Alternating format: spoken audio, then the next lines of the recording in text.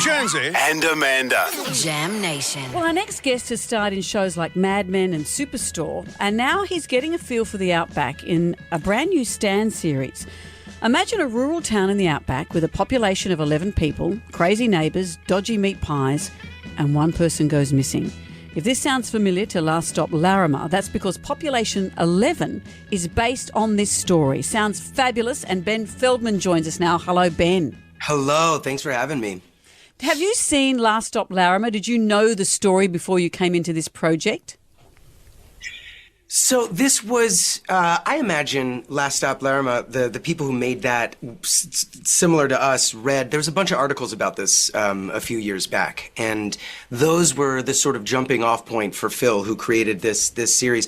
But we didn't know about the documentary. We shot the series, and then wrapped, and everybody went home, and I was back in the States, and then they dropped the trailer for that documentary, Wow. or doco, as you guys would call it here. Doco. Well, because it's an extraordinary, Okay. it's an extraordinary story, and the smallest town I've ever lived in had a population of 8,000 people, and even that felt too small.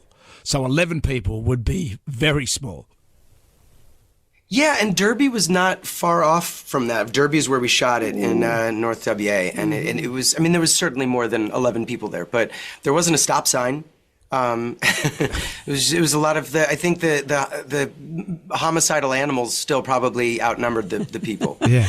And the people are so quirky because often the people that go to live in isolated places have been driven out of other communities because they are so unusual.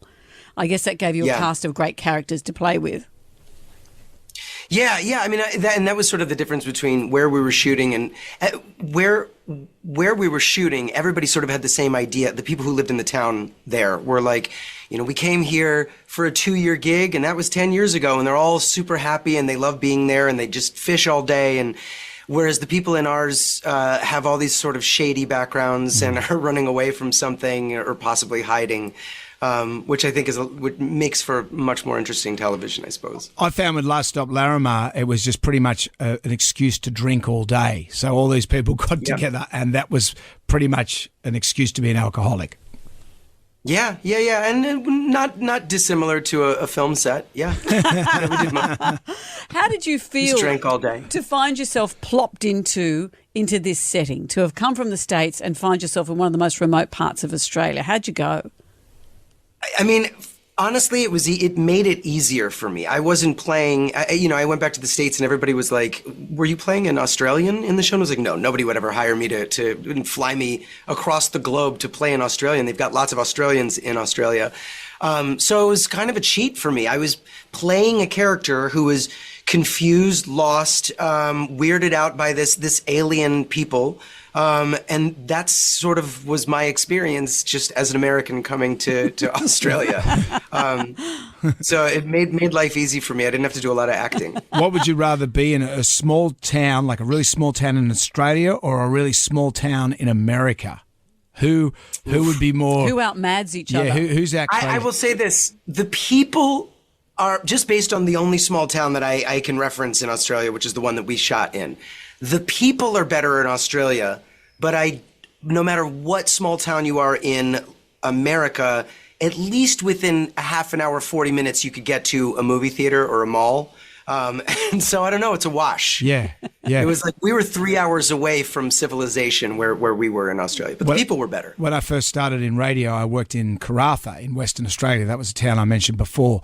And you're exactly right. Everything's half a day's drive away. The vastness is amazing. But also what people do for jobs over there, like we had a cleaner at the radio station, but she was also a skimpy girl.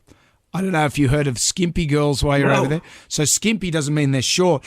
They would be at the pub as a lingerie waitress. So she was our cleaner. Oh, wow. I'd see her cleaning the radio station. Then I'd go next door for a beer, and she'd be topless in a G-string. But you were saying that she was just sort of wearing her own undies. Yeah, just her own G-string, just serving a beer. And she'd say, "Hey, Jonesy, how are you?" I go, "Yeah, good, thanks, Christy. How's the family?" "Oh, good. Anyway, I'll see you tomorrow at work at the radio station." And then everything's totally normal at work the next day, or Totally are you normal. massively uncomfortable? No, it was just totally normal. It was just like, oh yeah, okay, this is what it is.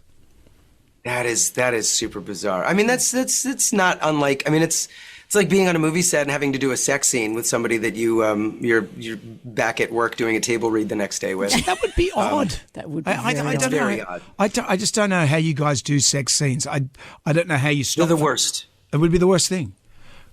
They're the worst, and that's why I'm shooting something right now in the States that involves some of that. And my wife does not care. She's so unbothered by the fact that would be happening because she knows that I absolutely hate it. Yeah. But I mean, as a partner of an actor, you'd be thinking, well, hang on, they're kissing this person. Surely there must be something. She's been on a set. She knows how it's. You're kissing. You're surrounded by a bunch of sweaty middle-aged guys wearing New Balances, and their hairy legs are like bumping up against you, holding cameras and mics. There's nothing sexy about it. Oh, that's how I like to do it. You've just hit my fantasy right there. If my wife was watching me, she'd be saying, well, what's going on? You're doing that wrong. She'd be giving a critique. There'd be a critique. Well, Ben, it's great to talk to you. The Stan original series, Population 11, is out now only on Stan. Ben Feldman, thank you. Thanks for having me, guys. This was great.